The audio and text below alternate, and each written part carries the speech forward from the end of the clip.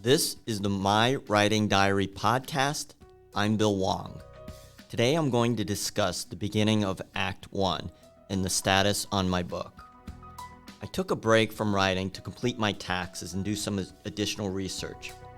I read a book on tanks and being a tank commander, and I talked to a former naval officer and paratrooper.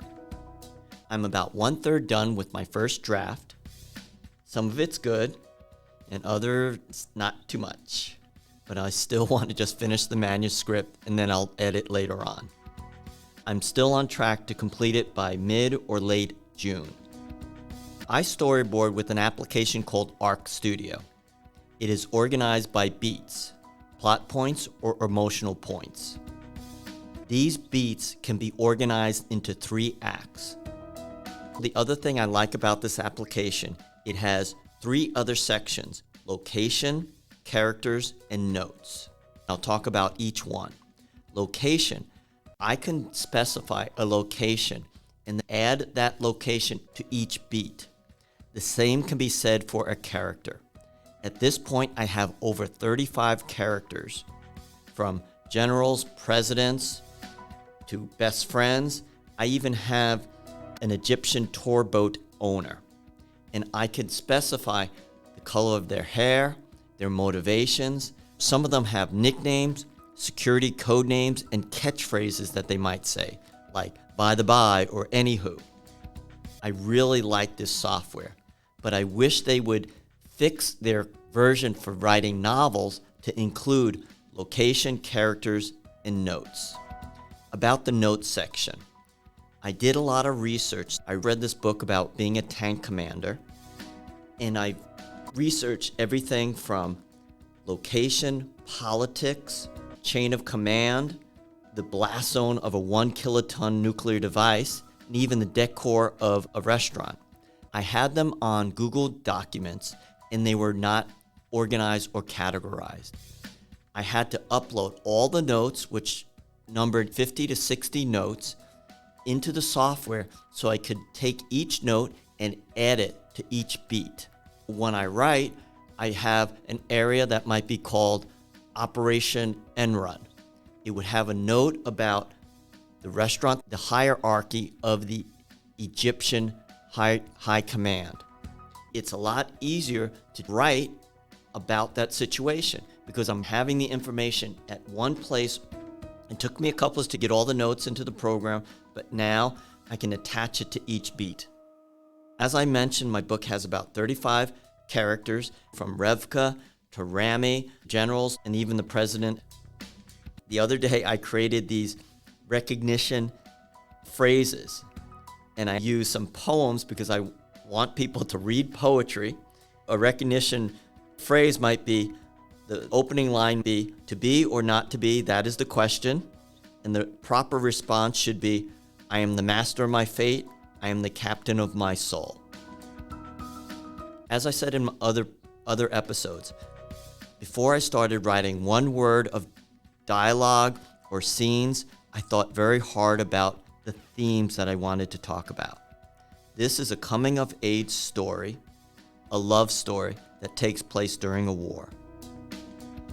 I will discuss issues about sexism, the brutality of mankind, anti-Palestine, anti-Israel, and most of all, the complacency and the complicity of bureaucracy and the establishment. By doing nothing, they hurt individuals. I'm going to talk a little bit about Act 1 and what I've already written. Of course, because I like poetry, I wrote a poem which is in my prologue. The poem sums up the novel, and I'm going to read it to you. Out of the day, I cannot be. Into the day, I cannot see. Out of the night, I cannot flee. Shame soils silently. Regret ruins integrity. Remorse remains for an eternity. My first chapter is called Dreamscape. I'm going to read a little section, talk about what I wanted to accomplish and the reason I made this a dream sequence. And I'm not sure if it's a good idea or not. I looked up several books about how they did dream sequences from The Great Gatsby.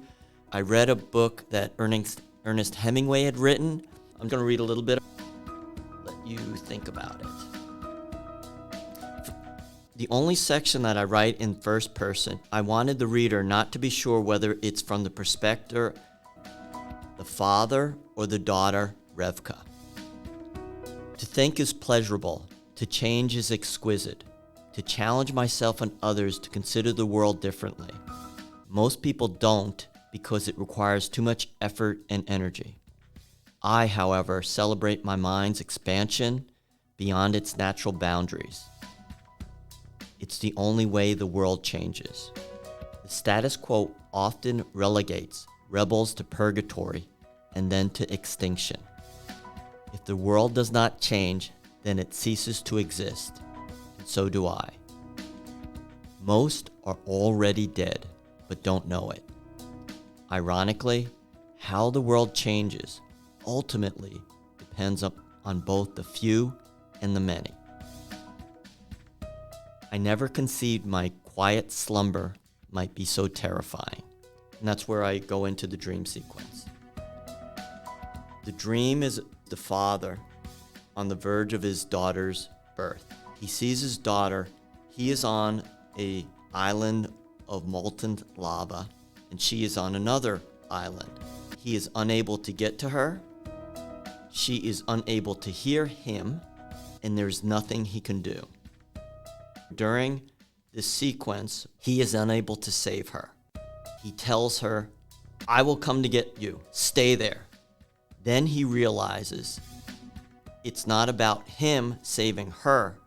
It's about her saving herself. So he says, "No, come to me. You can do it."